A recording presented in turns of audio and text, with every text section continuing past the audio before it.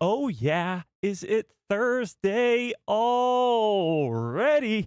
Mando leaks.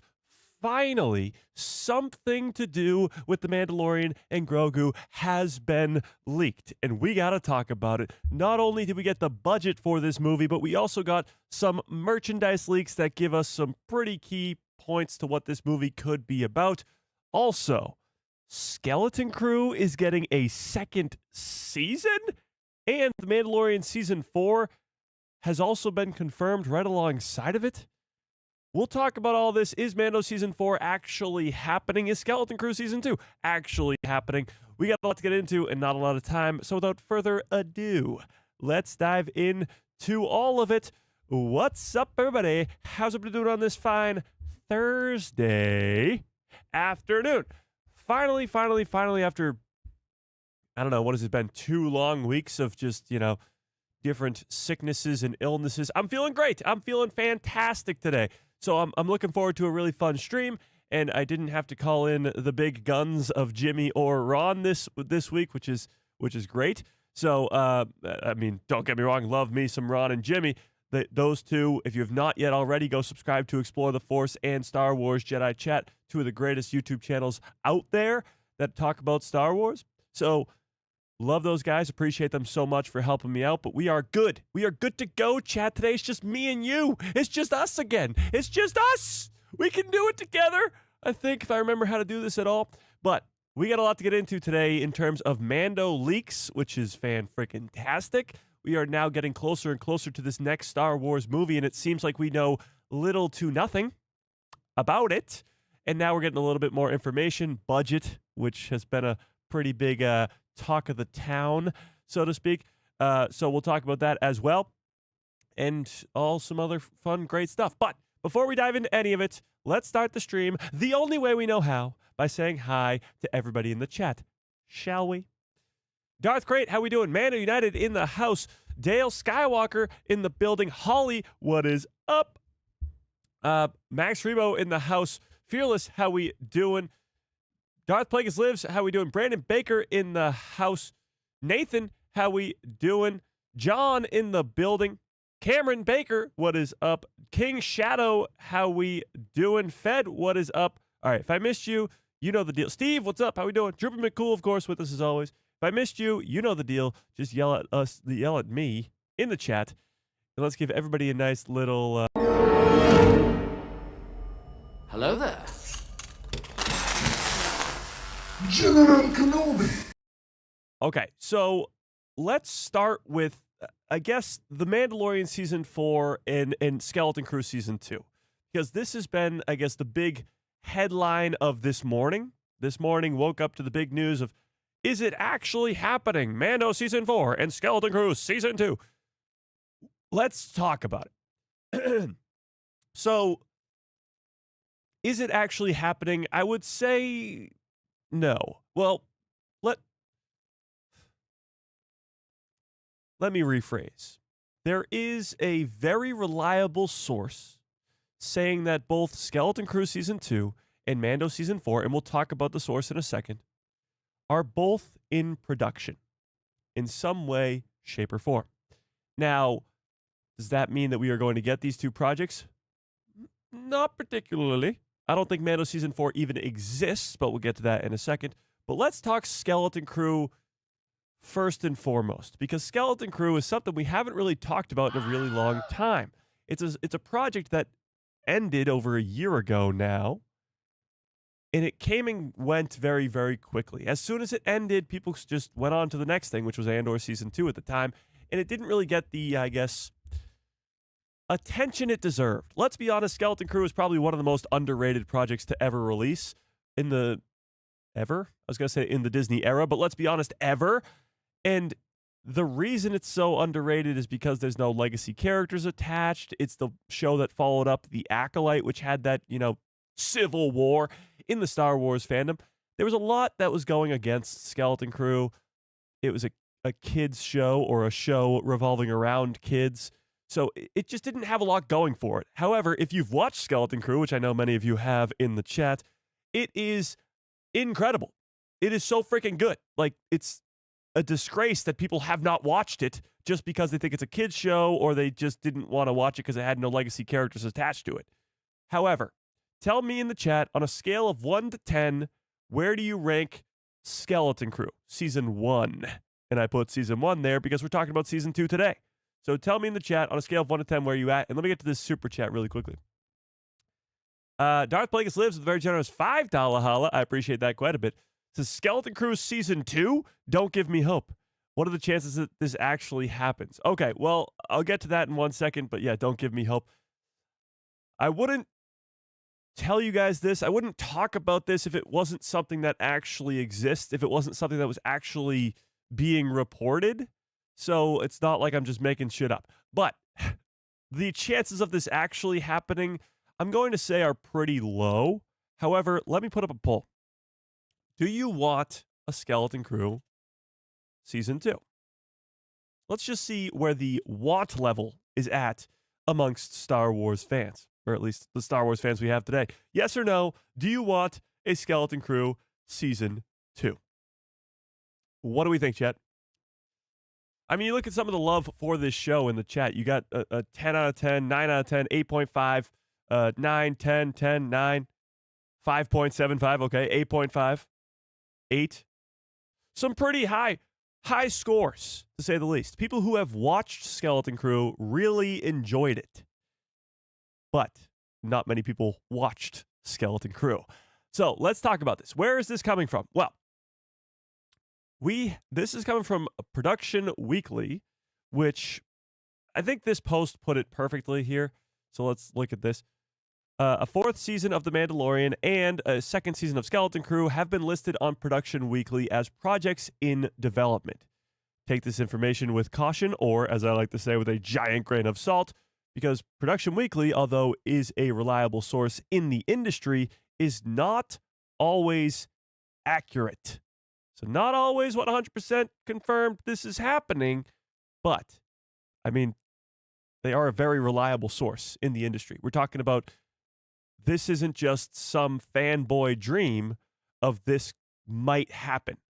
It's actually coming from a reliable source. So let's go to the source directly itself. This is productionweekly.com, and if you want to get the full thing, you have to pay, like, money, which is really stupid. But when you look at this list, you look at all these things, Production Weekly issue 1489, Thursday, February 12th, 2026, 181 listings, page 43, 43 pages, whatever.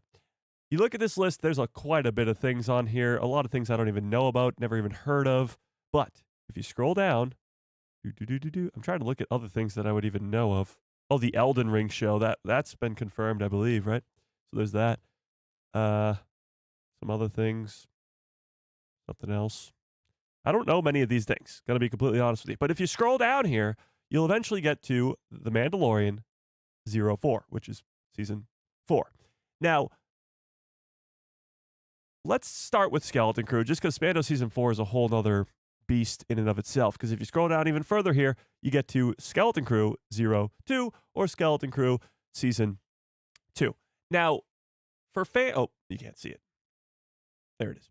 For fans holding out hope that this actually exists, I got good news for you. John Watts, the creator of the show, has said that he has a full-on plan for season 2, and it will not get Stranger Things, because you had, with Stranger Things, there was so much time in between seasons that the kids grew up so much that they didn't look like 13-year-olds anymore because they were 20. So they had that in place where season 2 would have a big time jump so that these kids would look older and it would make sense. So Skeleton Crew season 2 is already something that was planned by the series creator over a year ago. They already have the plan for it to happen. Now, it also makes sense that we would get a Skeleton Crew season 2 because these characters will be involved in the Mandoverse story moving forward.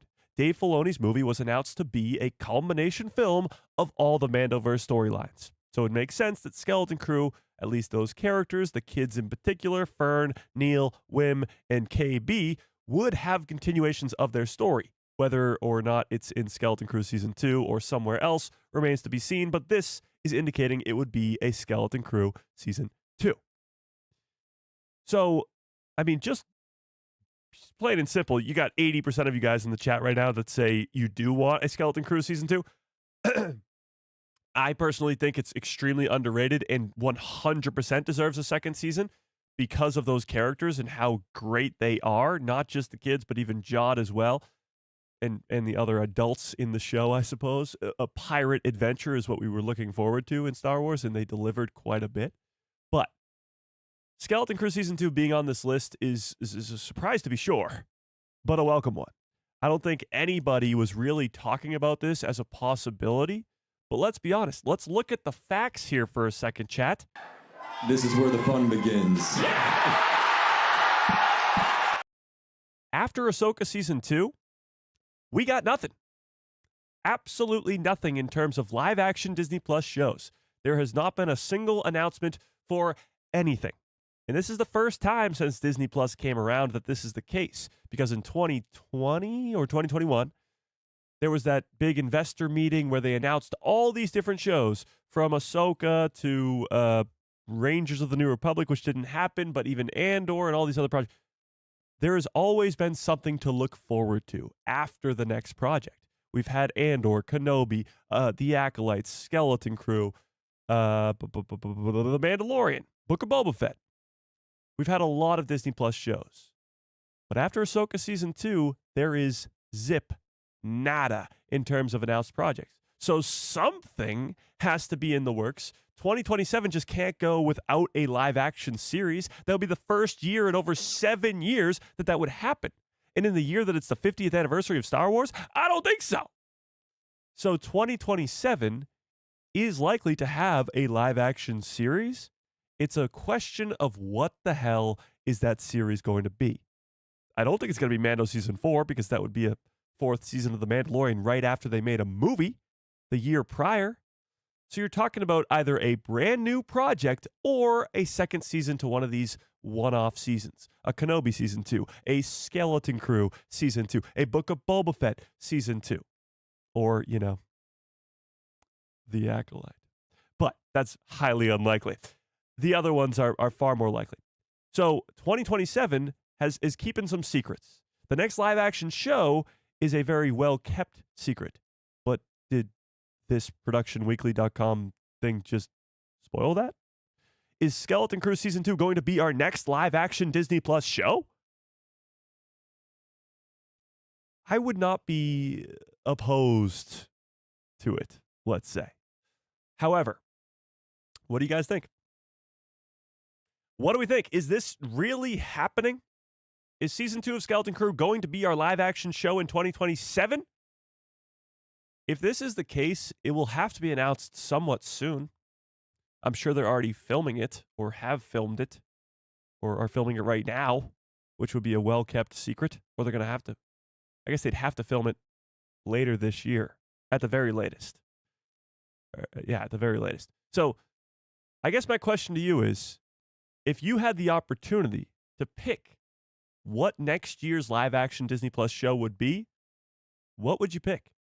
It could be a new project, sure, but let's just stick to the Season 2s.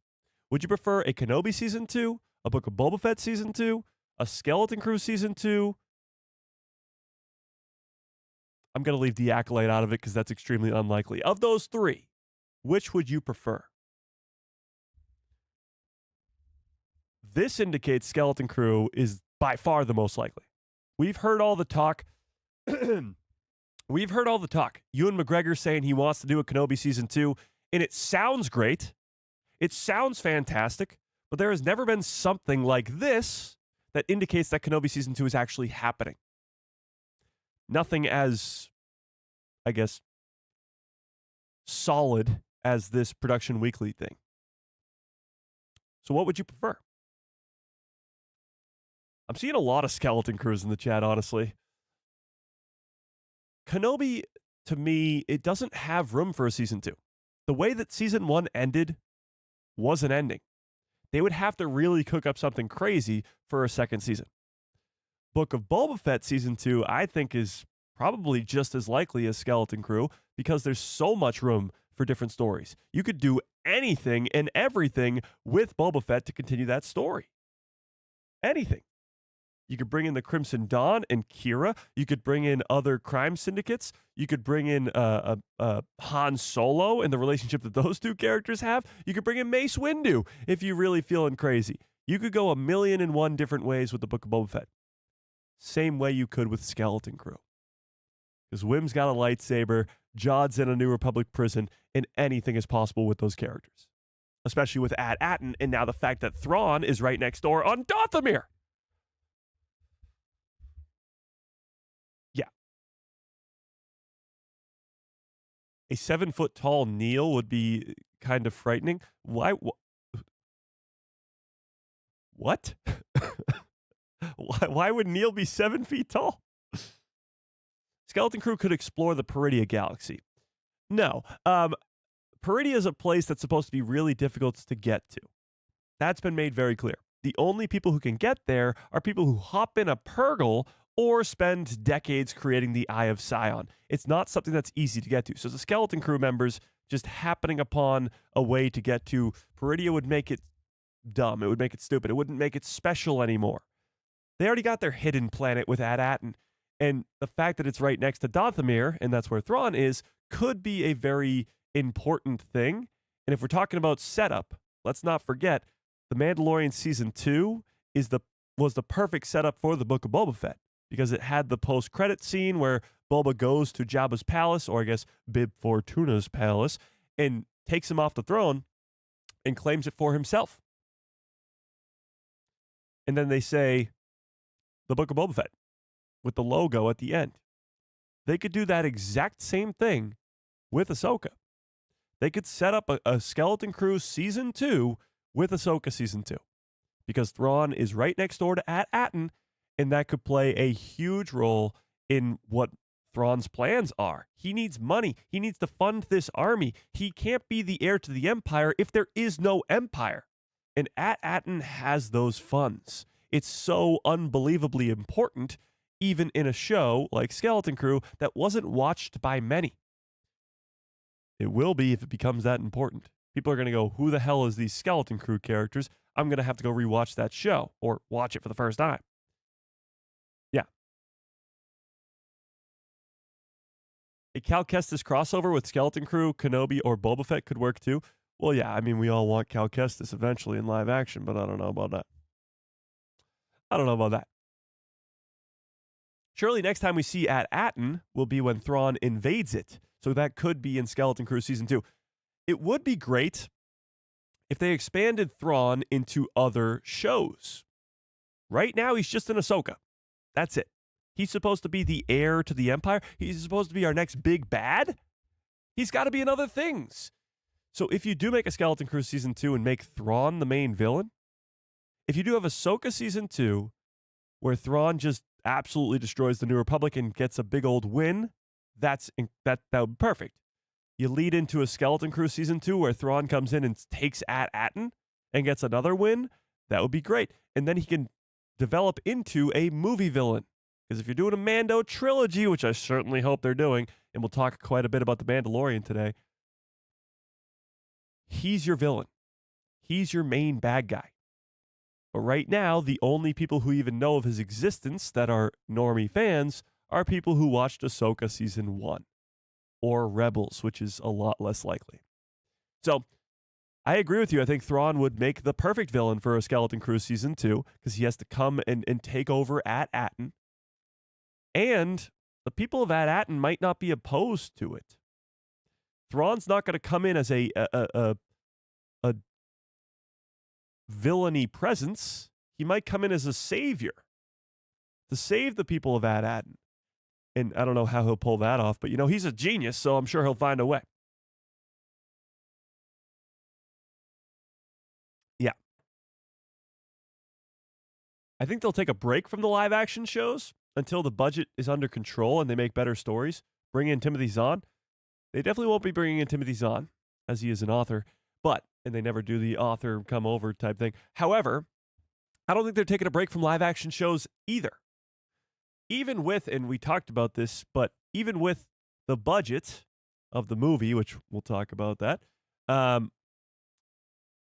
even with the budget of these shows, like Andor season 1 and 2 combined being over $500 million, they're still making so much money off of Disney Plus memberships. Take a look at this math. Are you ready for this, chat? Are you ready to be mind blown? Disney Plus memberships.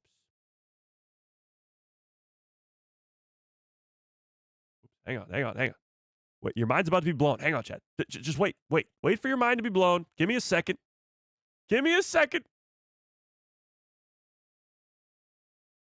One second. Okay, here we go. Mind about to be blown. 1 second. Your mind will be blown. Hang on. 1 second. I got you. Hang on. Just 1 second. All right. Take a look at this. Disney Plus, Q4 of 2025, has approximately 131.6 million global paid subscribers. Okay? Are you with me so far? Are you with me so far? Yes? A Disney Plus membership costs $11.99 for ads or $18.99 for ad-free. I would assume the majority of people are not watching ads. Correct me if I'm wrong. I freaking hate ads more than anybody. So I think the majority is $18.99. But hey, let's split the difference. Why not? Let me get my trusty calculator out here. By trusty, I mean the one on the iPhone. So,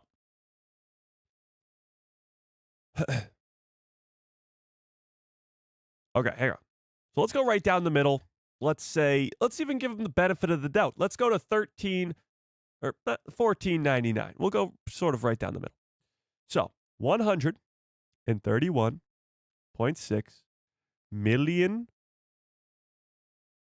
monthly memberships times $14.99.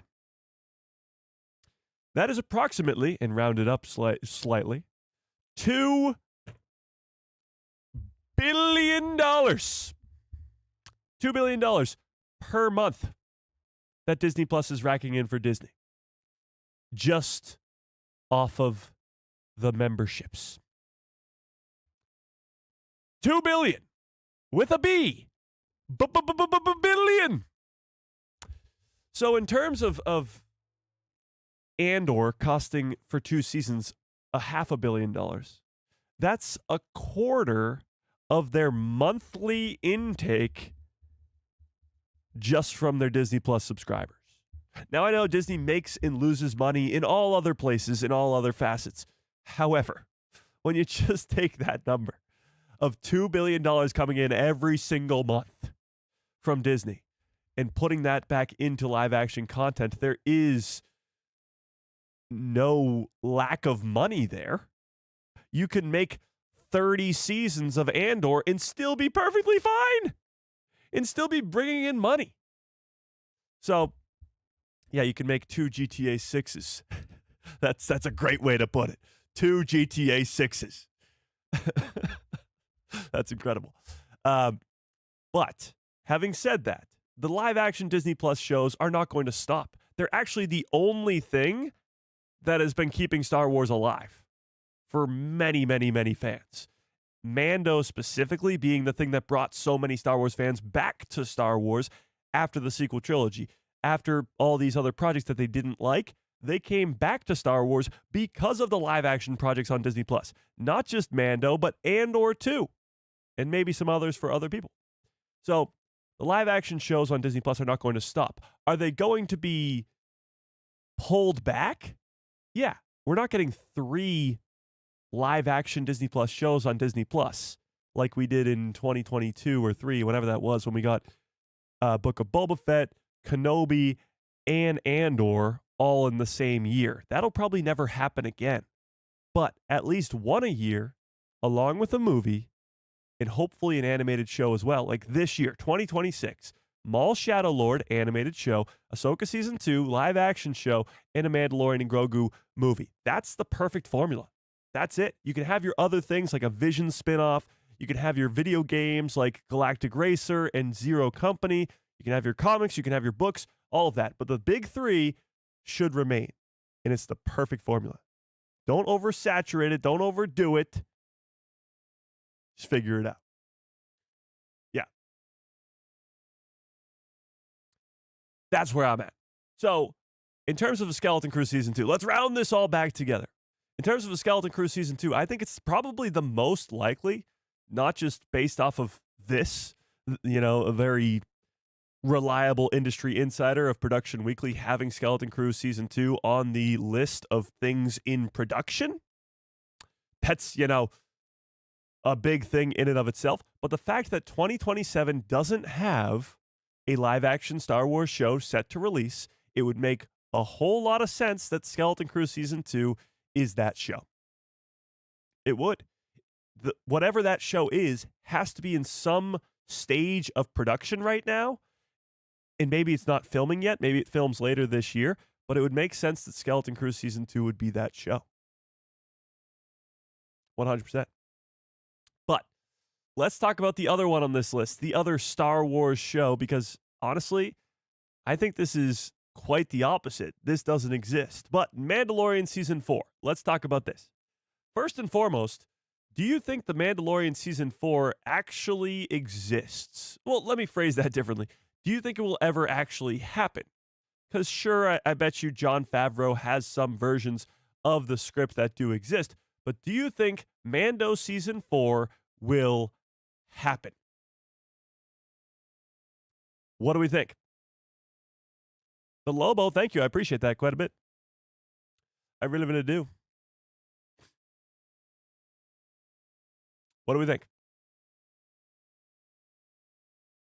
Potentially? Okay. Well, let's put up a poll. Let's put up a poll. I'm going to phrase this one differently because the last one was, do you want a Skeleton Crew Season 2, which 78% of you say yes to. But let me put this up, phrase it differently. Do you think The Mandalorian Season 4 will ever happen? Yes or no? Will it ever actually happen? Now, here's my take on this. Do I think it will ever happen? Maybe. Do I want it to ever happen? Absolutely not. If The Mandalorian Season 4 happens, we've failed. We have failed. We have failed miserably. And here's why. The Mandalorian is moving over to the big screen. The Mandalorian and Grogu movie. Ever heard of it? I know, crazy. It's happening in a couple months. But if these two characters are to return to the small screen, we have failed miserably. The Mandalorian and Grogu, as we've heard before, is supposed to be the beginning of a trilogy. Lucasfilm wants it to be the beginning of a trilogy. Disney said no, they need a guaranteed success first, but Lucasfilm wants it to be the beginning of a trilogy. So if we're getting a Mando trilogy, we're not getting a Mando Season 4. Din Djarin and Grogu will stay on the big screen until probably Din Djarin dies or the trilogy is over. And then maybe in like 2035, we'll get a Mando Season 4. But that seems extremely unlikely. Maybe 2032. I over-exaggerate. But if we get a Mando Season 4, it's a failure. The trilogy failed, and this is bad news. The fact that it's on this Production Weekly list, I don't know. I don't know what's going on here. It makes the Skeleton Crew Season 2 thing to me seem less valid because I don't think Mando Season 4 is happening. I just don't think it is. I think a version of Mando Season 4 has been morphed into the movie, and I think we're getting a full-on trilogy because that's where this all lines lead to the Heir to the Empire being a trilogy with all the Mando characters going to the big screen, coming together to take down Grand Admiral Thrawn as the big blue meanie in the Heir to the Empire. Because that would really be... This is where the fun begins.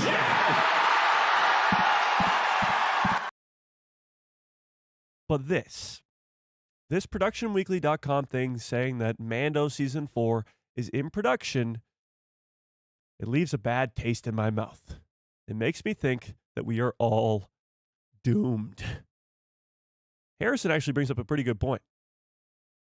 Could we swap the lead of The Mandalorian to Bo-Katan or Boba Fett. Well, it wouldn't be Boba Fett because Boba Fett already has his own show. That would be the Book of Boba Fett Season 2. But a Mando Season 4 that focuses on Bo-Katan, I don't think it would go over well. I'll put it that way. I don't think it would go over well with Star Wars fans at all. I mean, you look at Season 3 and how Bo-Katan became a main character of that, and people hated it. It was like the biggest complaint for Season 3. It was that Din Djarin became like a side character in his own show. So I don't think that's really the route to go. But here's the reality of the situation. I'm still of the mind that Din Djarin's going to die in this movie. I fully am. I think that Din Djarin will die in The Mandalorian and Grogu. If not in the first movie, then at some point in the trilogy. And that would really, hurt the chances of a Mando Season 4 if your main character, the Mandalorian, is dead. Yeah. But hey, maybe that's just me. It's too soon. The last movie, not the first. Well, somebody's got to die in the first movie. And I know that Grief Karga's definitely going to be a character who dies because sadly Carl Weathers died in real life. But I think you're going to see a lot of death in this Mandalorian and Grogu movie. You're going to see the good guys take a lot of loss because they need to. Not because I want them to. I know Mike likes to kill everybody off. Blah, blah, blah, blah, blah. Because they have to. Right now, Din Djarin doesn't have anything in this fight. Nothing. He has nothing against Grand Admiral Thrawn. He doesn't even know who Grand Admiral Thrawn probably is. And Grand Admiral Thrawn probably doesn't even know who he is. But somehow, some way, he has to be brought into this fight. And that's what this movie's going to do. Some way or another. I like the theory that Navarro gets attacked and his home gets destroyed, which we'll talk about specifically because it does pertain to the leaks we have today. But I just see it as a possibility we have to come to terms with. That Din Djarin, at some point over the next 5 years, whether it's this year or 2 years from now in the second movie or 5 years from now in the third movie or whatever it is going to die. I get it. Everybody loves the character. You don't want to see your favorite characters die. Nobody wanted to see Han Solo die. Nobody wanted to see, I guess Obi-Wan was too early, but, Qui-Gon Jinn's, the Obi-Wan Kenobi. Nobody wants to see their favorite characters die. However, it always happens. It's like pretty much the only thing guaranteed to happen in Star Wars is that your favorite characters die. Graciously, one of my top 3 favorite characters is still technically alive. But yeah, we'll see. Dr. Doom with the very generous $2 holla, I appreciate that quite a bit, says this movie has to deliver with great scenes. Oh yeah, this movie has to deliver. I mean, there's sort of the gist of the conversation right now. In order for this to not happen, in order for this to be fake and false, this Mando Season 4 in production on productionweekly.com, in order for this to be false, and, not be real, we need this movie to deliver. Not just great scenes, but just the entire movie has to be great. It has to be. We need it to be, not just as Star Wars fans, but just for the brand. We need Star Wars back on the big screen, being a cultural event that every time a Star Wars movie drops, even the normie fans, even the people who are like, oh, I kind of like Star Wars. I liked, I liked Revenge of the Sith. They go and watch it. They go and watch it. But Mando Season 4 being on this list does not give me hope in that case. Yeah. Yeah. Oh my God, you guys talking about Cad Bane still being alive? Cad Bane is dead. Unless, of course, he's not. But, by the way, this poll right now has 61% of you guys saying yes, that you think The Mandalorian Season 4 is still going to happen. So I guess my question to you then, chat, is does that mean that this movie is already doomed to fail? Din and Grogu coming back to the small screen and back to Disney Plus so quickly Is it already destined to be a disaster? Why would they ever make a season 4 of The Mandalorian if they are planning to, if The Mandalorian and Grogu is a successful movie, make a trilogy? Why? Why? Cad Bane would make a great side villain in the Skeleton Crew series. You're not wrong about that. The sad part is I think, you know, Cad Bane is dead. But, hey, who am I to say? I just saw him get stabbed in the chest by Boba Fett.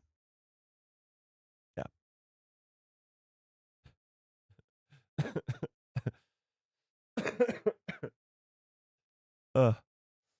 Only 28 people have voted on the poll. What do you want me to do about that? I can't demand you to vote on the poll. I have zero power in that. Please vote on the poll. Please, sir. Please vote on the poll. Okay, but I will, of course, leave that poll up there for a little bit. But The Mandalorian and Grogu season 4, The Mandalorian season 4, not and Grogu, being on this list does concern me. Concerns me. I need this to be a trilogy. I need it to be successful for my own sanity. And, of course, for the greatness of Star Wars in general. I mean, I want a new trilogy. I want a great new trilogy.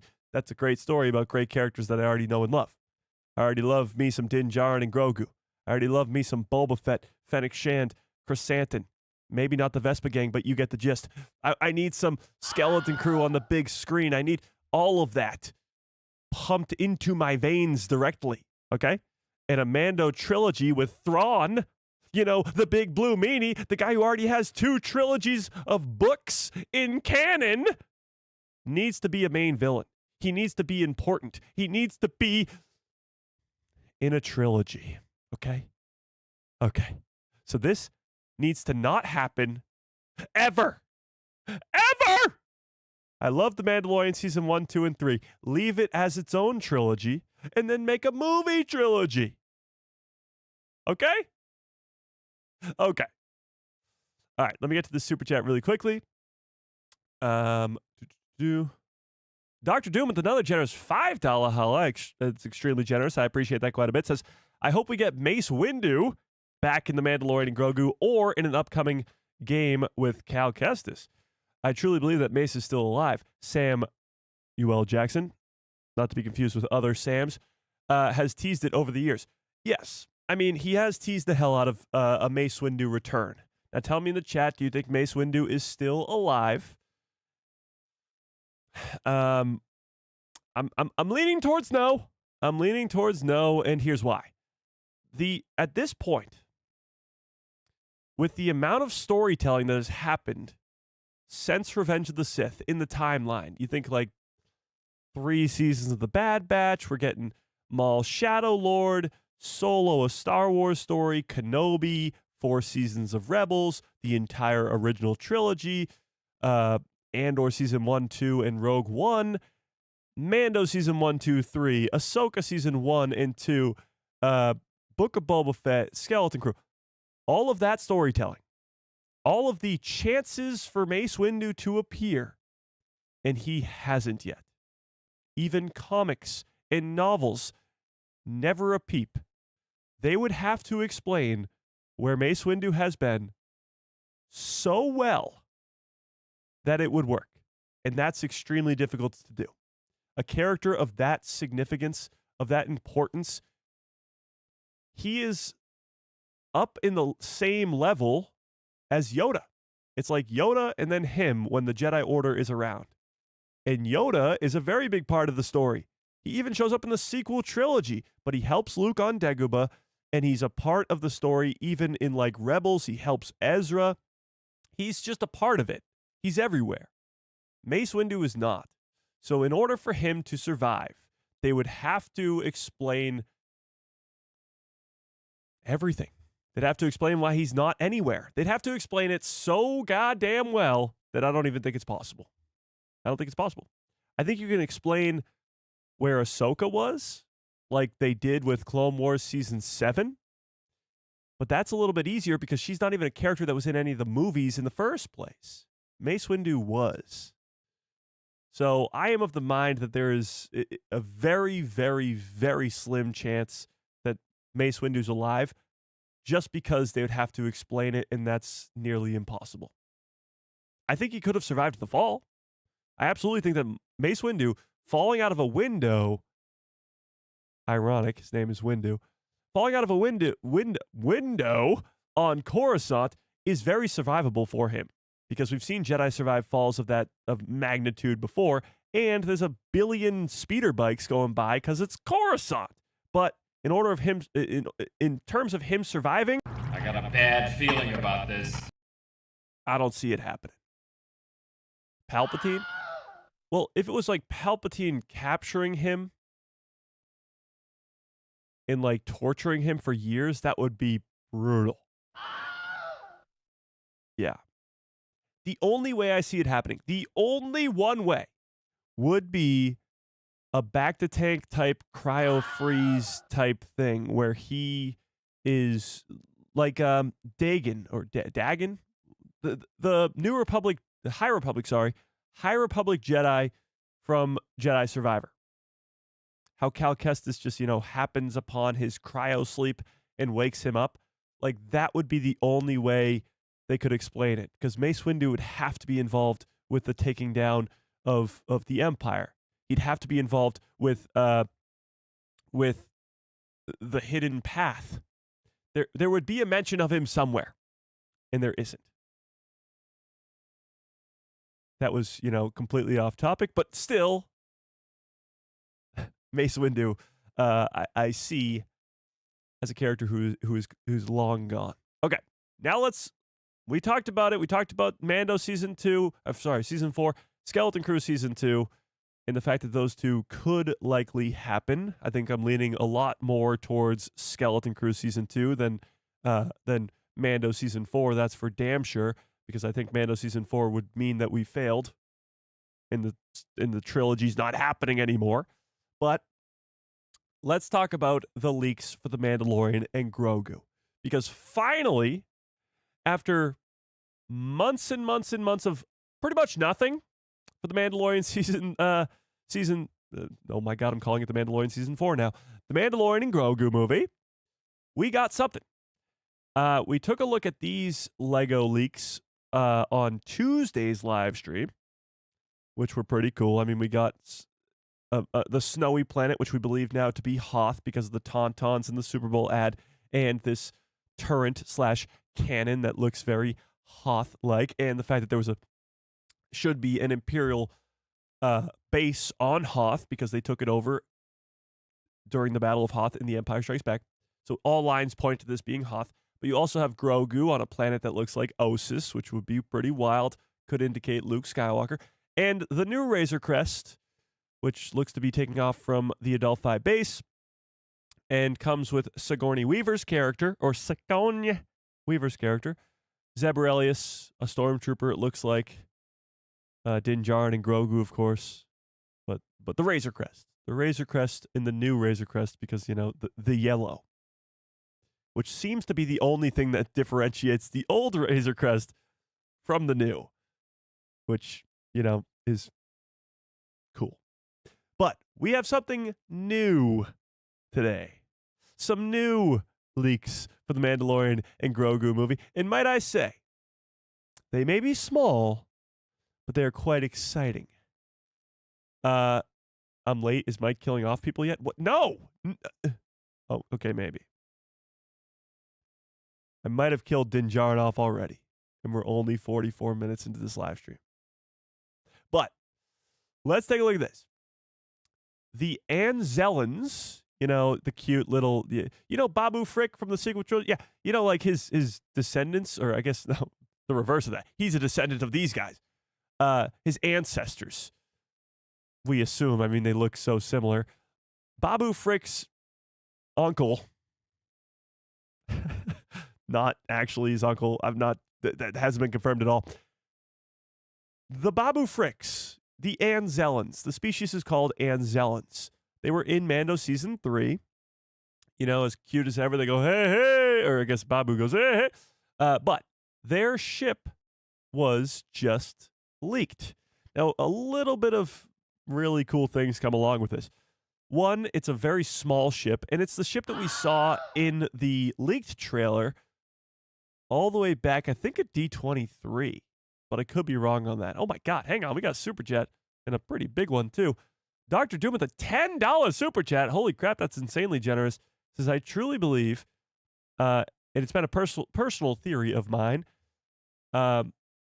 in those huge safes on Atten in Skeleton Crew, they hold old Star Wars technology that hopefully James Mangold's film, Dawn of the Jedi, we need to explore those safes. Oh, that will be in James Mangold's film. I would love that. I would absolutely love if they can connect James Mangold's film to so much. I mean, like the ancient Jedi temples on Ahch-To, on Jeddah, on Lothal. Like we could see all those come to be in that movie. But that movie's kind of up in, production limbo as well. But I like that. I mean, Atten is something that's at least out of time. So the technology there should be out of time as well. I'd be down for that. I would 100% be down for that. I like that theory quite a bit, and I appreciate the super chat as well. But let's get back to this. Now that I've been so rudely interrupted. No, I'm kidding. I appreciate it. But the Anzelan ship, it's very, very small. The scale is tiny. I mean, you look at the Anzelan right there. Let me zoom in here. Let's zoom in here. Perfect. You look at the Anzelan right there in the doorway. He barely fits. And we know how small these guys are from season 3. So this thing is tiny. However, what comes with this ship has got me even more, I guess, mind blown to an extent. A B-1 battle droid. What the hell's going on here? A B-1 battle droid? Not only that, it's got one black arm and one red arm, but that red arm is on the ground. A B-1 battle droid. It gets a little bit even, crazier. Some random golden scissors. And as I'm sure you're very aware when it comes to Legos, the extra pieces, the accessories, so to speak, they all are important and are there for a reason. So these golden scissors are clearly there on purpose. You got a giant red cup, which again, there on purpose. Something blue. No idea what that is. And then, you just got casually, just casually thrown in there, Mjolnir, or as other people would know it as, Thor's hammer from Marvel in a crate, which I guess makes that crate worthy, right? I suppose. Either way, very strange. A B-1 battle droid with multicolored arms, a golden set of scissors, something weirdly blue that's about half the size of Grogu, and Mjolnir. Just casually throwing in Thor's hammer, because why not? What is going on here? What is happening? Not only did we get it confirmed that the Anzelans will have their own ship, but the accessories that come along with it make things all that more complex and all that more confusing, I suppose. The B-1 battle droids haven't really been seen much in Star Wars as of late. Granted, they were in Mando Season 3 in that one episode that everybody seemed to hate with Jack Black and Lizzo on that one planet. But you had B-1 and B-2 battle droids in there, and you actually got Din Djarin kicking one of them, and it's just a great scene. But the fact that the Anzelans just have one hanging out, it's pretty wild. It's pretty weird. And the way I see it is whenever the movie comes out, all of our questions, of course, will be answered. But this one gives us a lot of questions. Now let's scroll down here because we got some other looks at it here. You got the Anzelans in it like that. And, this gives us the interior look. Again, very, very small. Your Din Djarins and stuff won't be able to fit inside, but B-1s can, I guess, if you don't put the top on. The B-1s will. It just indicates that we are going to spend so much time with Din Djarin and Grogu separated. Because in the trailer, when Din Djarin is taking down AT walkers, other than one shot, he's by himself. He's taking down the snow troopers inside the AT-ATs by himself.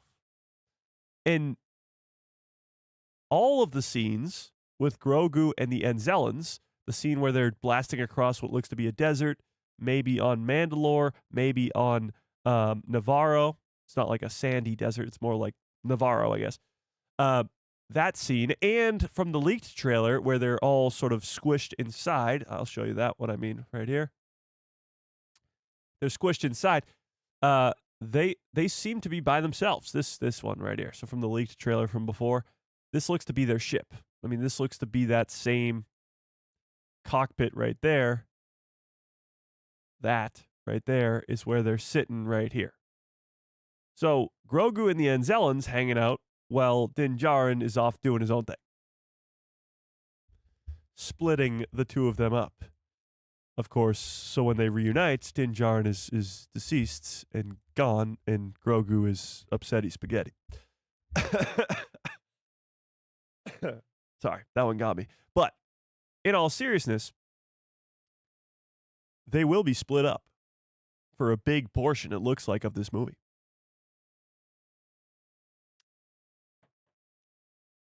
How crazy would it be if it was like a Uno reverse of the show?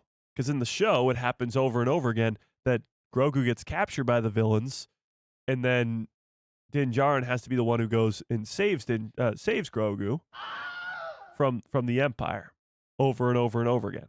What if it's the reverse? What if Din Djarin gets captured by the remnant of the Empire, and Grogu and friends and Zelans and others have to go rescue him? Ever think of that yet? Cassidy with a very generous $5 haul says vulture droids appear to be chasing down the Razor Crest in the trailer, and now B-1 battle droids. They do look like vulture droids, but I believe that we've sort of, I guess, found out that they're not, I suppose. I know exactly what you're talking about. Here, I'll pull it up. Let's pull up the trailer. Why not? The Mandalorian and Grogu trailer.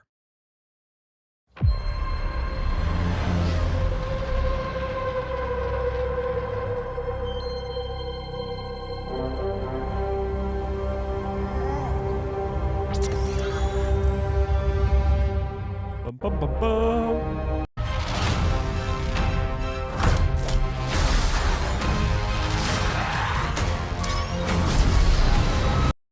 Right here. So these, I mean, they do kind of look like vulture droids. They do. But there's a better shot. I don't know if it's in this trailer or not. Yeah, it's not. We got a trailer, I think, attached to Zootopia 2.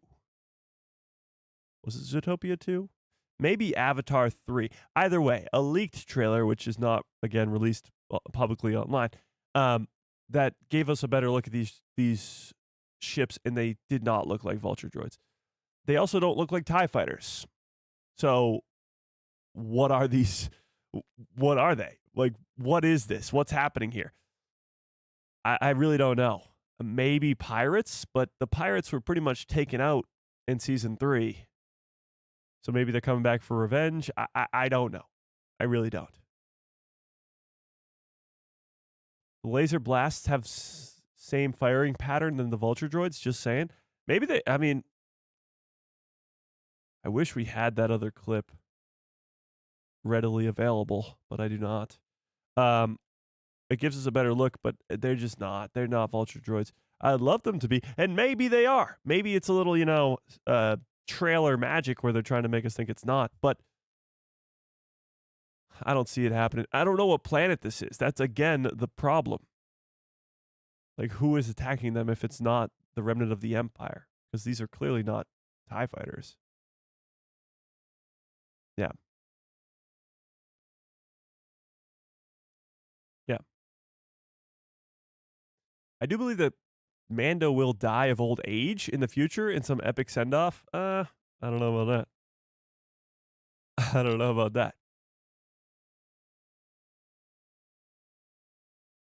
CIS chopstick fighters? What the hell does that mean? I think it could be Hut fighters. I have a photo of it. Send it to the Discord. If you guys are not yet already, there's a link in the description below to a Discord called The People Who Love Star Wars. Go join that immediately. But yeah, send that to the Discord if you have not already. Let me double check. No, you haven't already. Okay. But send it to the Discord so we can check it out. I'd love it to be, but I don't think it is. And going back to our Anzelan ship while we wait, I mean, this type of leaked stuff is what's going to give us more information about this movie. Yes, the trailer that eventually comes out, the full trailer that I assume we're going to get in the next 3 to 5 weeks. I'd say mid to late March, early to mid to late March. At some point in March, we'll be getting our trailer. On Tuesday, we talked about how The Last Jedi and The Force Awakens both gave us their full trailer 2 months before the movie released. So it would make sense that The Mandalorian is on that same trajectory, which would be about March. But whenever we get that full trailer, it will give us a lot more information. But where we're really going to get information is from these leaks, from these leaked Lego sets, from these leaked toys. Things that are significant will be put into the merchandising and marketing for this movie. And stuff like this is clearly going to be an important piece to the film, because they wouldn't make an Anzelan ship as a Lego if it's not a big piece to the puzzle. Quite literally. No Lego pun intended. But this is the image from the leaked trailer from over a year ago, I believe. And it makes perfect sense that this is the exact same cockpit right there. Yeah. There is no trailer at all. Yeah, definitely not. Okay. The weird thing is the B-1 battle droid and, of course, Mjolnir being there just casually in a crate on the side. But, yeah. Either way. This also gave us, in some of the marketing that was leaked, I believe from like Japan or something, there was a bunch of different Stormtrooper helmets all lined up for the Mandalorian and Grogu movie. And this was just one of them that we got. This is the Snowtrooper looking guy from this Lego set, the Hoth looking one. Imperial Stormtrooper ATST driver, does that say? Something like that. And he must be mad that Din Djarin took his ride. Yeah.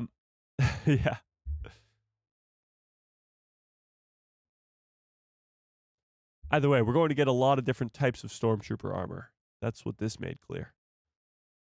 All over the place. Yeah. Dr. Doom with a very generous $2 haul says Patton Oswalt from Parks and Rec confirm Marvel and Star Wars crossover. Well, they're actually, funnily enough, and I know we're kind of joking here about Mjolnir being in Star Wars. Funnily enough, there is talks of there being a Marvel versus Star Wars comic being created right now over at Marvel Comics. So that would kind of be ironic if that were the case, but I guess we'll have to wait and see. Yeah. Another thing we got to talk about too is the budget. The budget for The Mandalorian and Grogu was revealed, and kind of people are freaking out, thinking that they did not put nearly enough money into this movie. It's going to be a disaster. There's not going to be enough great scenes, and it's going to be a poorly created. CGI is going to look terrible. People have been freaking out. Let's just put it that way, because the budget was revealed, and it right now is the lowest budget for any Star Wars movie that Disney has ever made, with a total production cost of $166.4 million. Now, here's the thing. Here's my take on this. One, that number is going to increase drastically, like a shit ton. This is going to get really, really, really, really, really, really bigger when they start putting in the marketing. Because over the next 2.5, 3 months, we're going to get an insane amount of marketing for this movie, and that number is not put into the production cost yet. So the marketing is going to be through the roof and probably close to double this number, which makes sense for a Star Wars film. However, there's many, many reasons why this is so low.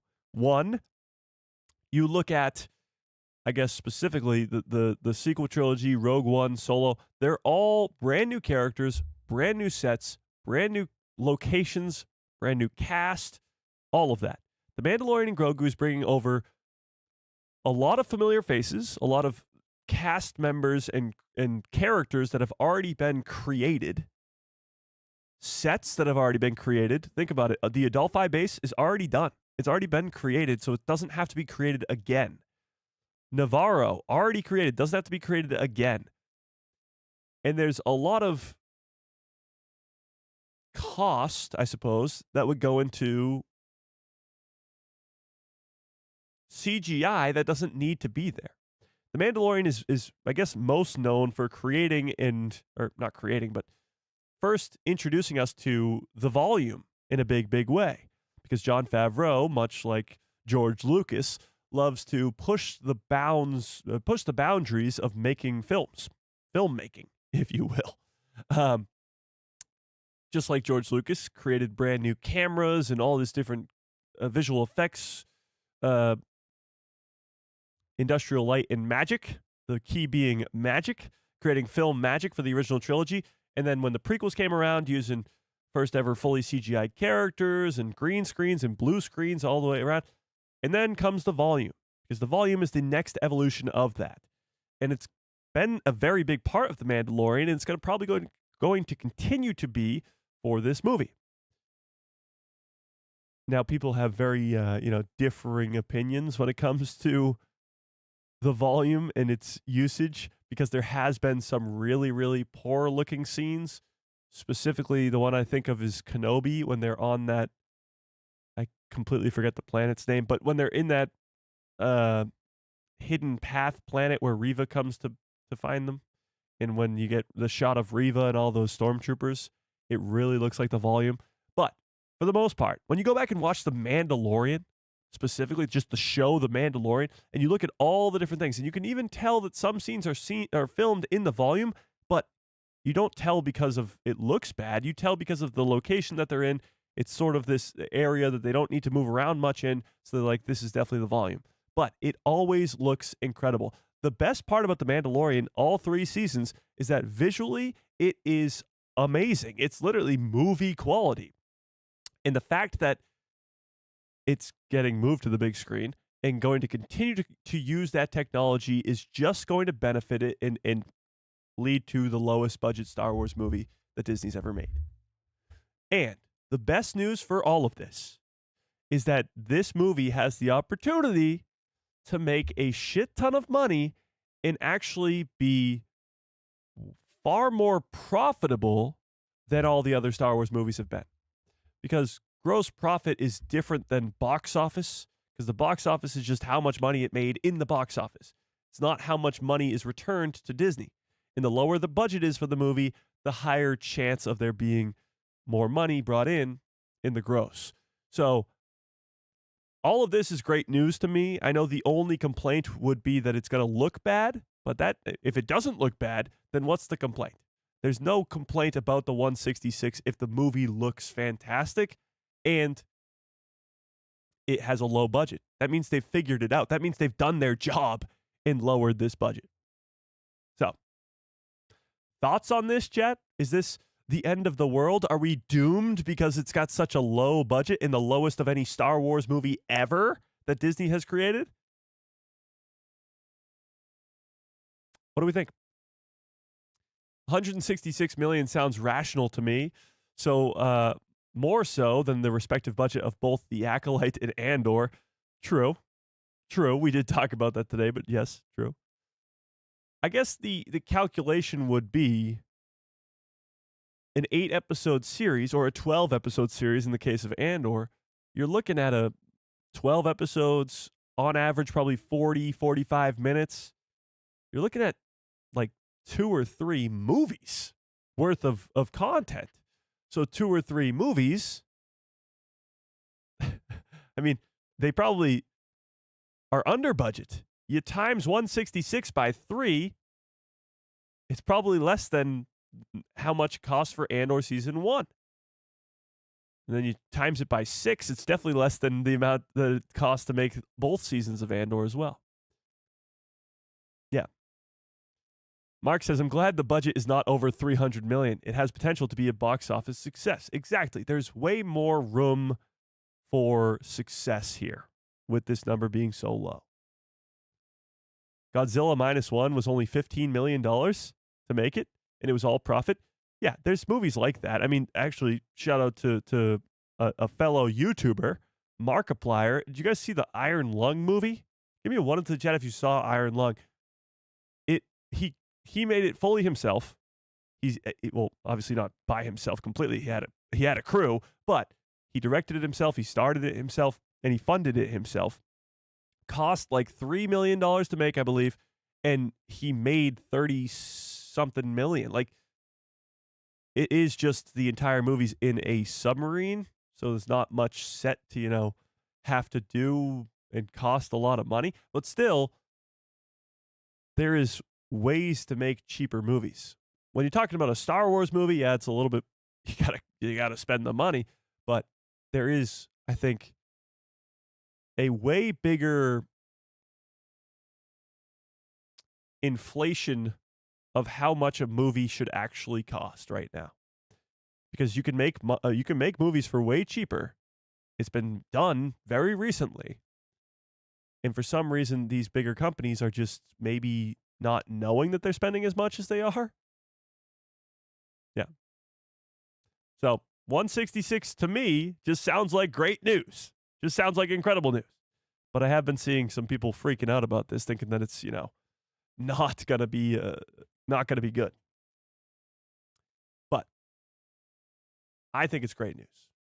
Even though it is the lowest budget Star Wars Disney Plus movie or Star Wars Disney movie ever, it might mean that they're moving in the right direction. Depending on if this movie's great. We might come back to this.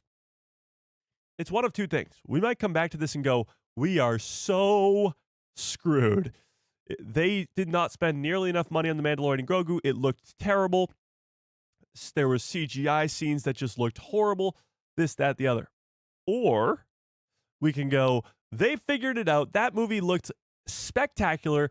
Forged for IMAX. Whew, so good. And they did it for only $166 million.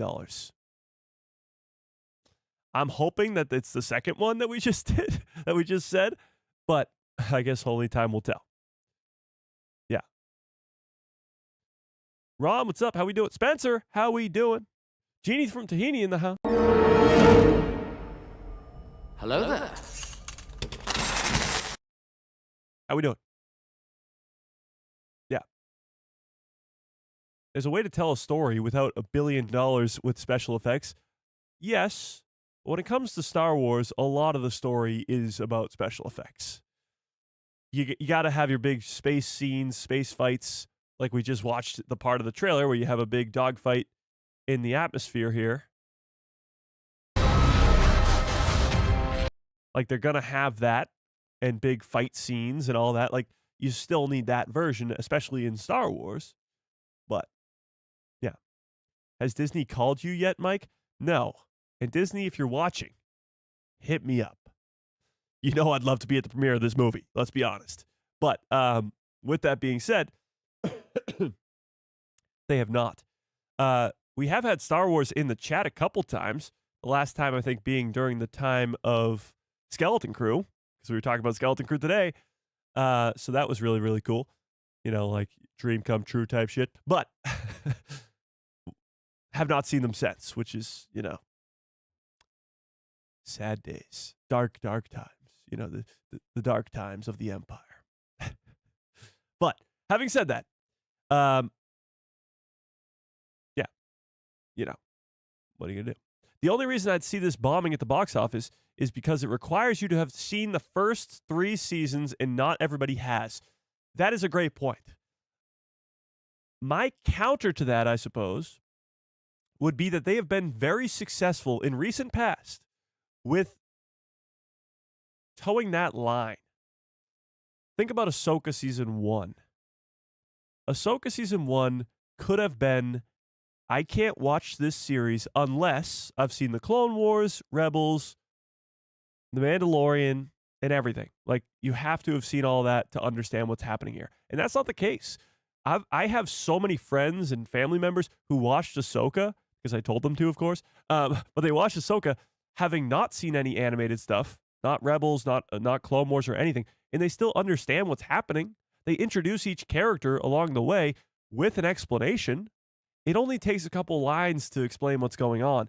And when you introduce the Ghost crew into live action, when you introduce Ahsoka to fans who don't know the whole backstory of 7 seasons of the Clone Wars and 4 seasons of Rebels, it's very difficult to do. And at the same time, not dumb it down for hardcore fans like us who have done the job, or the job like it's a job, have done the work. Work, again, makes it sound like it's a bad thing. Have enjoyed the time spent watching the other projects and watching and loving Star Wars. So it's a very, very hard line that they have to go along, but you have to explain it for normie fans who've never seen Mando before and don't know who Grogu is, which seems impossible at this point. But you have to toe that line of pleasing the fans who've watched all 3 seasons and have dedicated a long time to these characters, while also pleasing the normie fans who don't know a single thing about any of them. Yeah. Mike made them watch Ahsoka. What? Incorrect.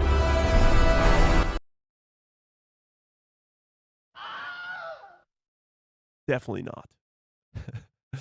Yeah. Definitely not. Plus, you would have to have watched the Book of Boba Fett and more. Yeah, well, Book of Boba Fett would be a part of that because a big portion of those two, of Din and Grogu's story happens in that show. Boba Fett will have to be addressed in the movie, or else a lot of audiences will think that he is him. Oh, that Din Djarin is Boba Fett. Yes and no. I think you don't need to dumb it down for the audience, that's for sure. I think people will understand that the green Mandalorian is different from the silver Mandalorian. However, I hope Boba Fett is in the movie. That'd be nice, just to see Boba Fett again.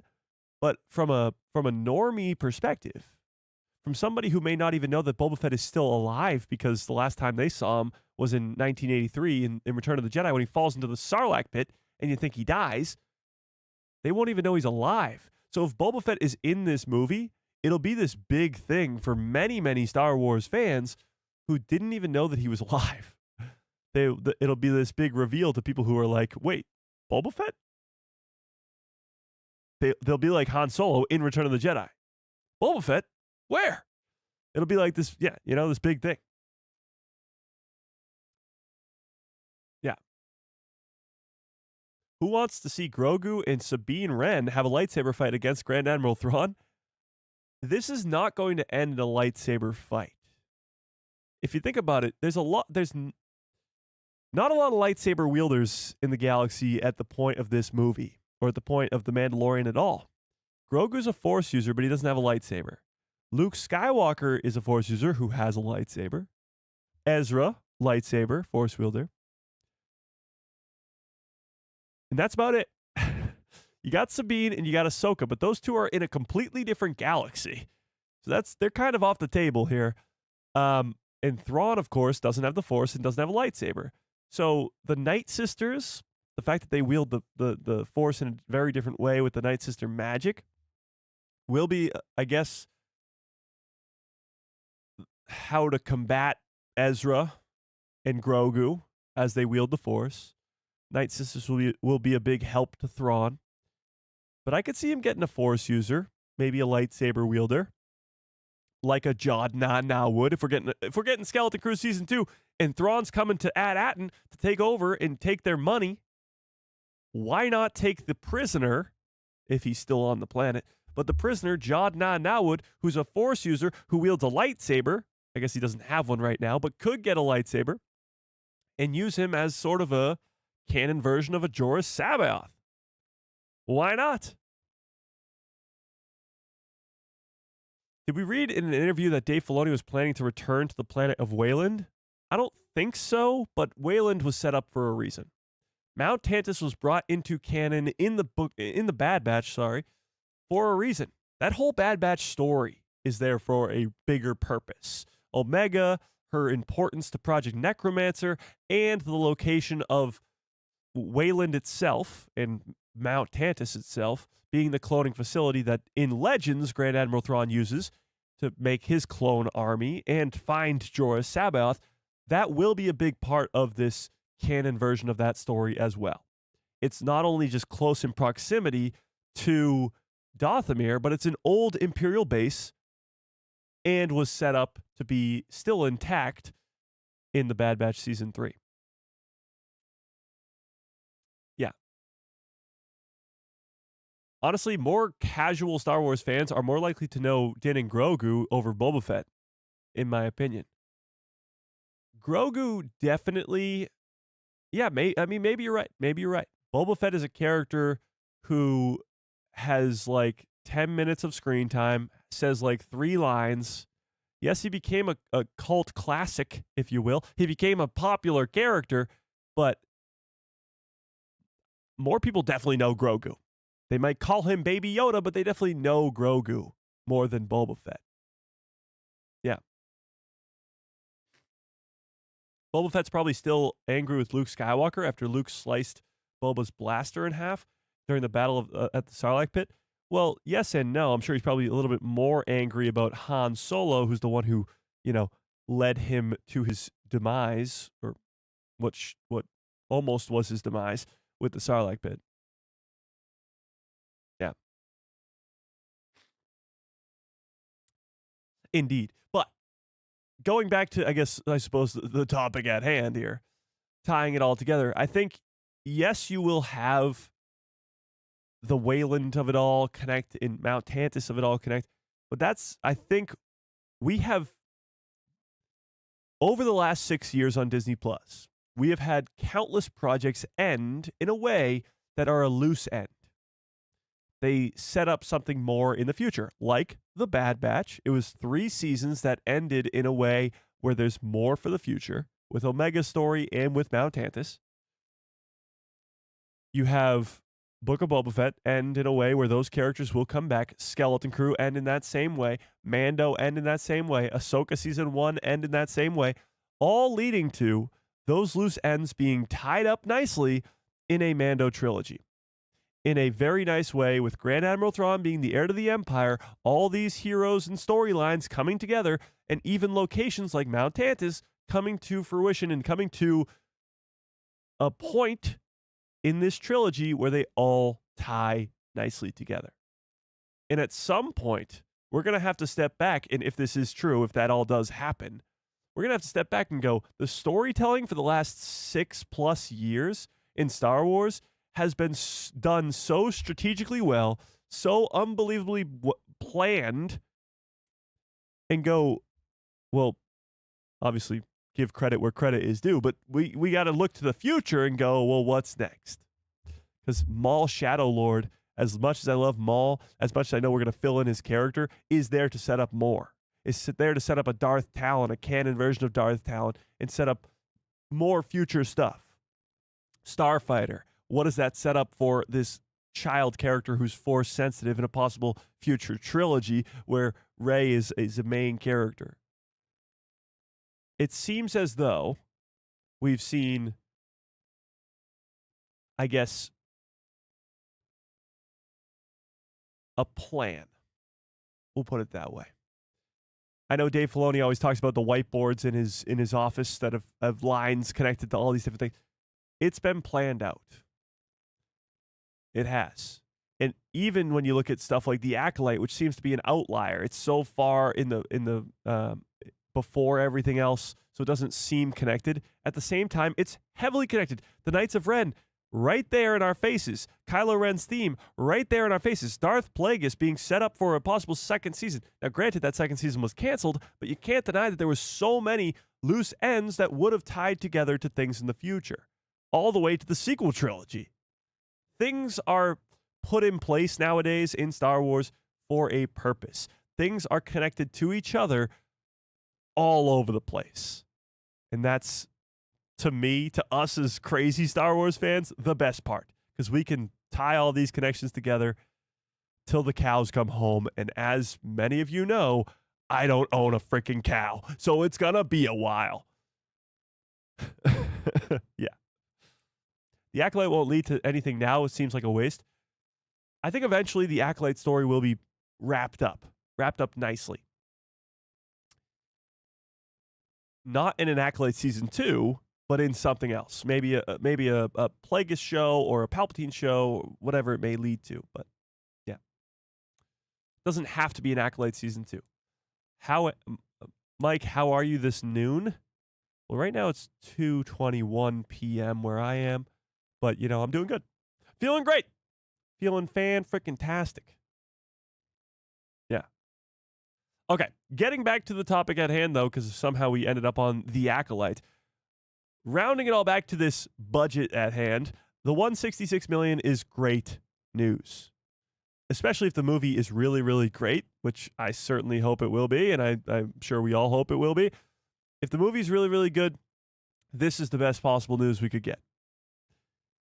Because there's a new baseline here for how much a movie should cost, and it's a lot less than before.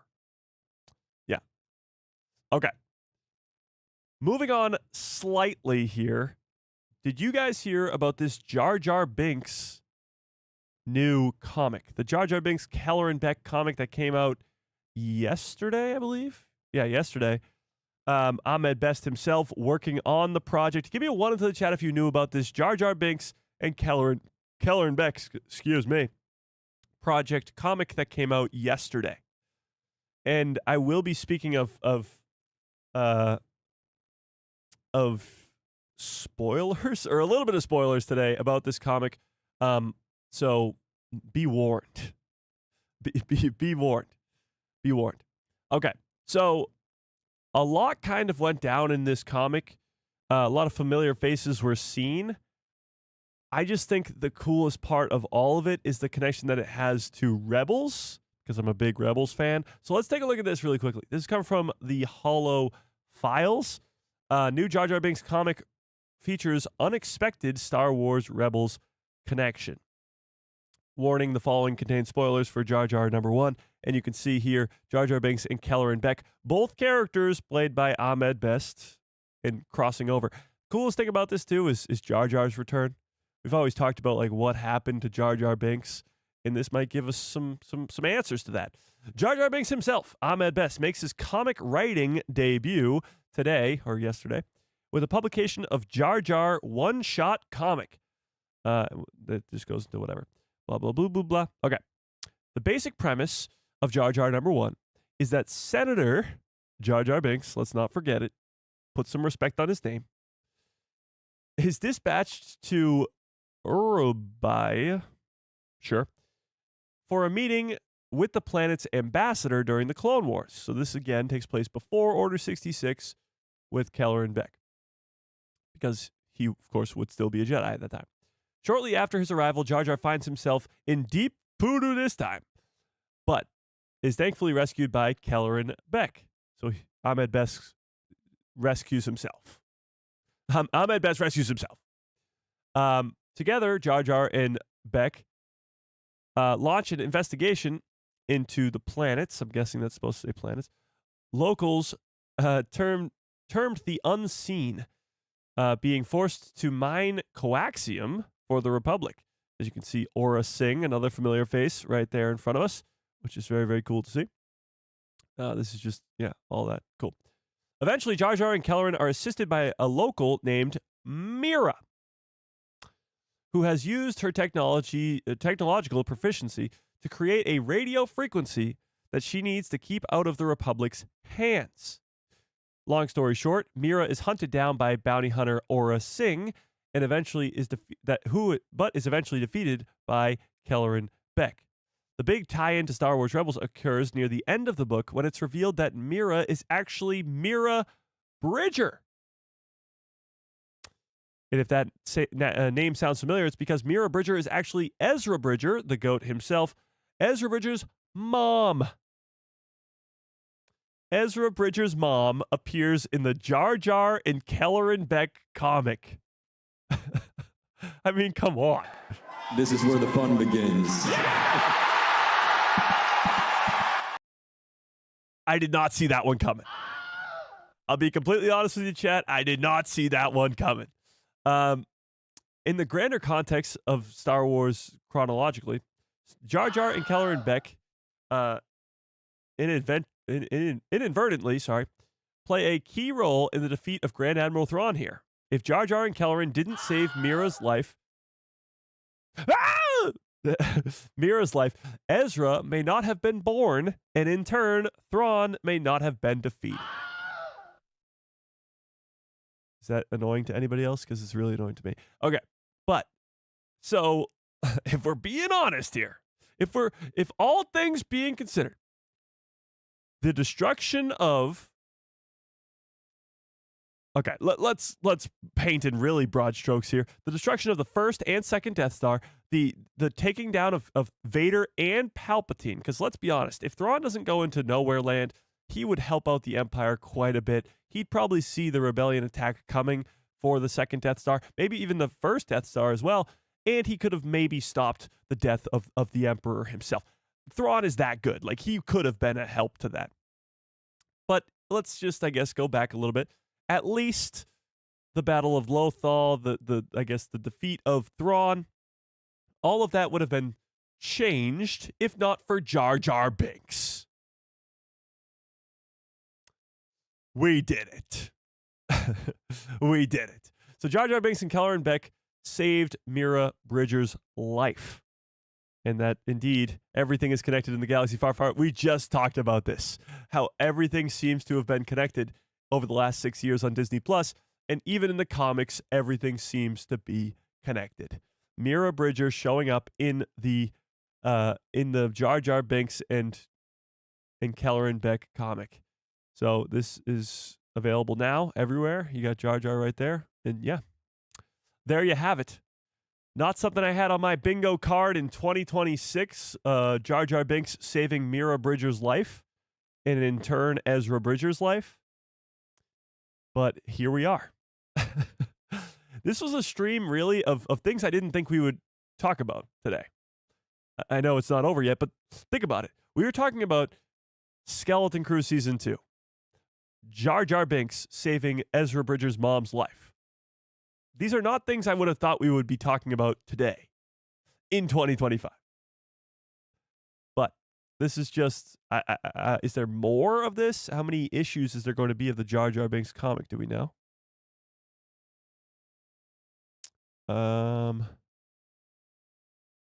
It just says Jar Jar Binks #1, which indicates there's going to be a #2, right?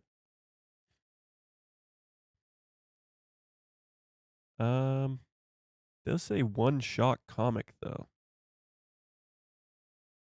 I don't know. Let's see. Let's look it up. How many issues are there of the Jar Jar comic? Oh, so it's just one issue.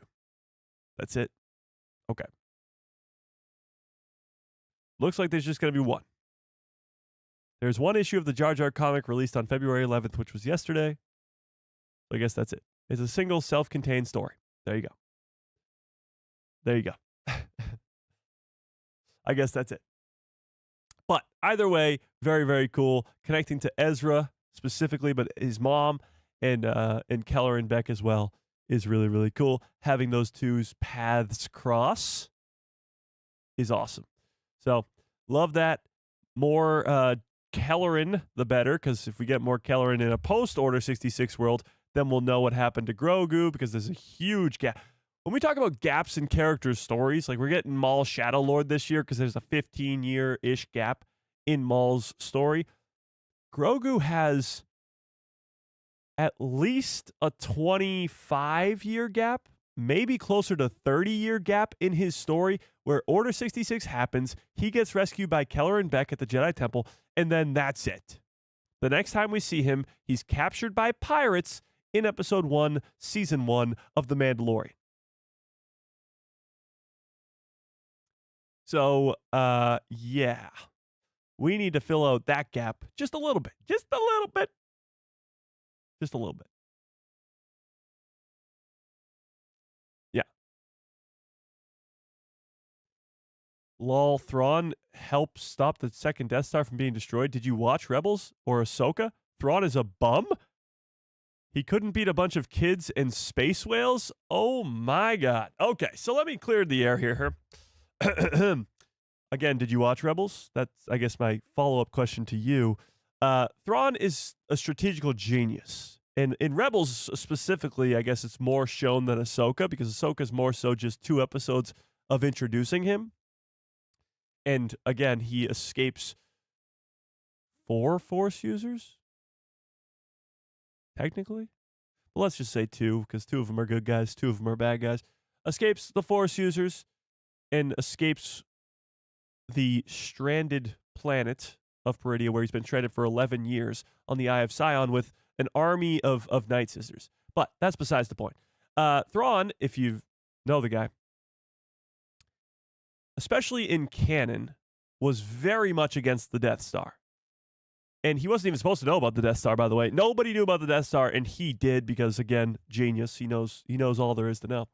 But he had specific meetings with Palpatine to talk about the Death Star and how stupid it was of a plan. He, of course, wanted his TIE Defender project, and he wanted that to be successful and whatever. But in the years that he was gone, that completely went out the window. Tarkin got what he wanted, Krennic got what he wanted, and that was to create the Death Star. And I guess, a second Death Star after that. After the nice failure of the first one.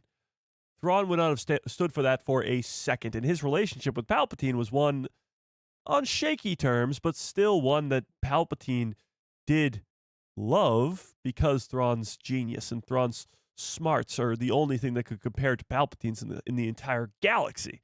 Granted, Thrawn's first allegiance was to his people, but he still could help the Empire in a drastic way. Yeah. So, Thrawn, a bum? Oh, how far from the truth that could be. Now, granted, Thrawn in his old age, I don't think in Ahsoka Season 2 you're going to see him in action as much. It'll more so just be his brain at work, and you're going to see his strategic genius happen. But in Rebels, at least, you get a glimpse of that actual physical dominance of Thrawn. He's not a Force user, but he knows so much that he's trained in all these different combat forms, and you see him fighting the droids in Rebels all the time, and he can stand his own against a threat. I don't know if in live action he will, because he's a lot older, but still, he is definitely a capable hand-to-hand fighter. That's for sure. Yeah. Oh, yeah, this. Let me pull this up, too.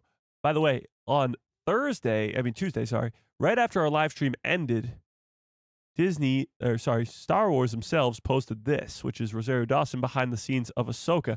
I think this is from Season 1. Correct me if I'm wrong in the chat, but you got Ahsoka with a Loth cat on Lothal. I believe this is Season 1. It would make sense Season 1 because Season 2 would indicate that she's back home. But nonetheless, on a random Tuesday in February, they're posting an image of Ahsoka Tano. Strange. Strange, to say the least. But there was that. Yes, this was the article that I already had pulled up. Let me get to this.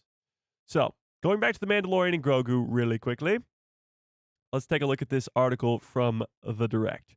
Star Wars reveals brand new Stormtrooper variant for 2026 movie. So, we talked about this earlier a little bit, but this movie is going to have many different variations of Stormtrooper helmets and costumes in general, because we're getting the snowtroopers back and all that other greatness.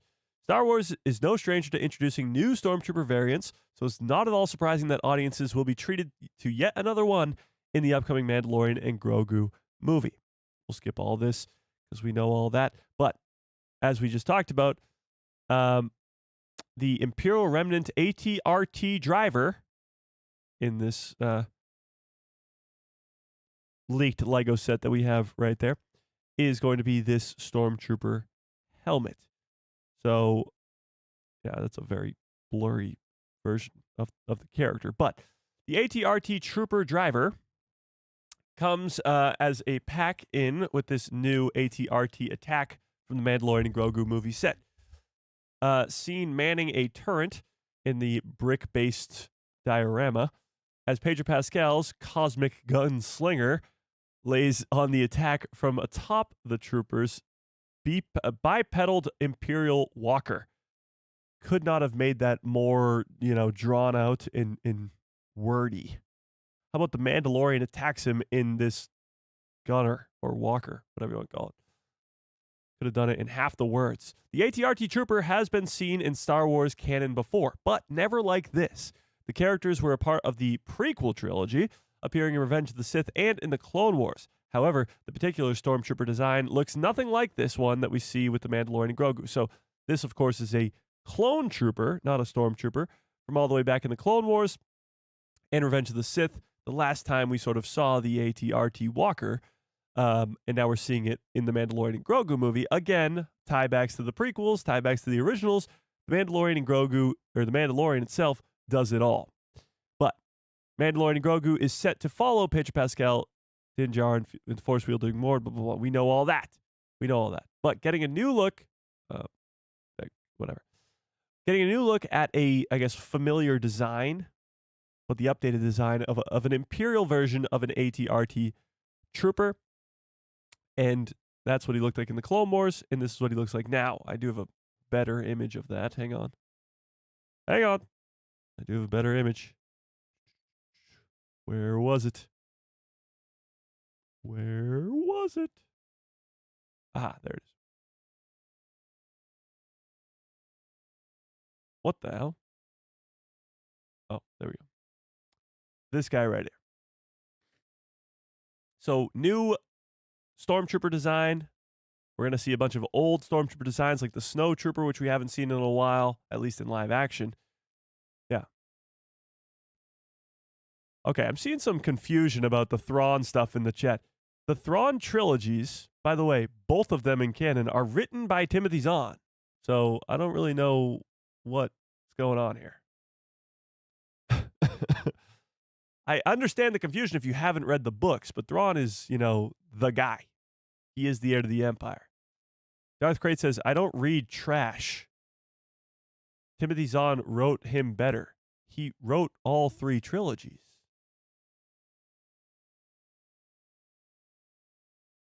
Okay. Yeah. Okay. Yeah. Love Timothy Zahn, but also love Timothy Zahn. They're the same guy. They're the same guy. Okay, but lots of Stormtrooper variants happening in the Mandalorian and Grogu movie because we're going to a bunch of different planets. You're going to see regular Stormtroopers on, we see them in the trailer, but you're going to get Snow Troopers in this snowy planet, which we assume is going to be Hoth, and we get stuff like this too. Yeah, it has to be rage bait. Maybe you're right. My bad. Sometimes I fall into the rage bait because it just seems so stupid that it can't possibly be real. But then again, sometimes it is. Oh, Star Wars Japan also posted this. Let's watch this. Why not? 帝国が崩壊し、無法地帯と化した銀河に生きる。 I wonder if there's an English version of this, but it's chocolate art. By the way, Star Wars Japan, they did the ice sculpture the other day. Now they're doing this. They seem to be on board. Well, where's the Star Wars US, I suppose, version of this? Honestly, makes me hungry. I want some chocolate now. Anybody else? I'll take some chocolate. Wonder what that says. Oh, probably the Mandalorian and Grogu. See, inferencing skills, Jet. Grogu, you look so cute, but I'm gonna eat your chocolate. I'm gonna take it from you. Sorry, buddy. I guess we can still be friends. Okay, but chocolate made me hungry. I'm starving now. I think that that looked good. Okay. Mandalorian and Grogu cost $166 million to make. That's great news. Possible Skeleton Crew season 2. Oh wait, I didn't even end this poll. Wow, a very close poll right now. Do you think we will get a Mando season 4? Do you think it will ever happen? 52% of you say no. 48% say yes. Very, very close poll. I am definitely on the no bandwagon because if we do get it, I think we've failed. I think the Mando trilogy won't happen anymore, and I think we are doomed. However, all doom and gloom. I think the Mandalorian and Grogu movie will be successful. I think the marketing is going to start to ramp up over the next couple of weeks here as we're getting leaks now and budget reports and all this other stuff. We're going to get a new trailer, a full trailer in the next coming weeks into March, I believe, as it is the same release schedule as for the sequel trilogy movies. And I think the hype and anticipation for this movie is going to go through the roof. Just like with Maul Shadow Lord. Before we got the trailer, I was like, okay, cool, Maul, love Maul. It's going to be cool. Get the trailer through the roof. Everybody goes ridiculously hyped for this show because of a trailer. And I think The Mandalorian and Grogu will do the exact same thing. So from leaked Lego sets to giving us B-1 battle droids with the Anzelans and possibly Thor's hammer Mjolnir as well. We got some pretty great stuff for Star Wars. And Skeleton Crew Season 2 could be happening as well, which would be fan-freaking-tastic. If that's our live-action show for 2027, I'm 100% down for it. But I guess only time will tell. Only time will tell. Who are the smartest Jedi? That's a great question. You got to put Yoda at the top just because of age and wisdom. If he's not the smartest after 800 years, I don't know what the hell he's been doing. And I guess the same argument can be made for characters like Ki-Adi-Mundi, who's been around for so long. And what's the Jedi with the really long neck that goes like this in every scene? Oh, what the hell's his name? Or her name? I don't even know. You know what I'm talking about? The really long neck who just goes like this in the background of every scene? What the hell's his name? Jedi Bob. No, not Jedi Bob. No. Not Jedi Bob. Master McNecky Neck. No. Not. Incorrect. No. But I know he's on the older side. I just can't remember his name. Master McNecky Neck. No. Okay. But needless to say, what's going on? I'm trying to figure that out myself. You know, that's what I ask myself every single day when I wake up in the morning. What's going on? Okay. But with that, I do have to get on out of here. Watch out for a short in about 2 hours at 5 p.m. That's actually a really good one about Maul specifically and Sam Witwer as well. So, yeah. Stop playing with your nose. My nose is running. I'm trying to stop it from running. God! Trying to save you guys from watching me going. I'm so sick and tired of them. Okay. How do we do this? I guess that won't do anything. But, you know, what are you going to do? Until next time, hope you have a great rest of your evening. Great rest of your lives. Smash a freaking like on this stream if you have not already. Ben Quaternaris. Well, Ben was not a Jedi. Do we really not know his name? Was he a Kaminoan species? No, it was the guy who just sits in the background and goes like this. Why do I think his name is like Pooh or something? Pooh.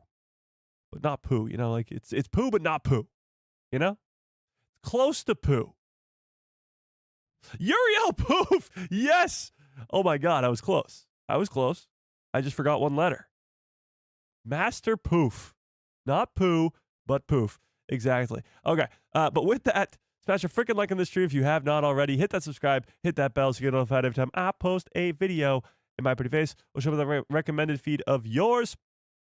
Yeah. May the force be with you. Always. God damn it, Chopper.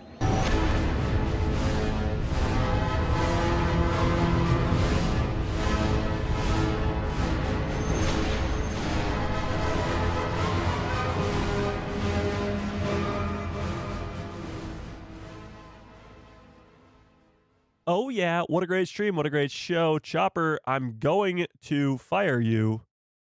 No, it's been like weeks now. It's been weeks. Fix it already. God.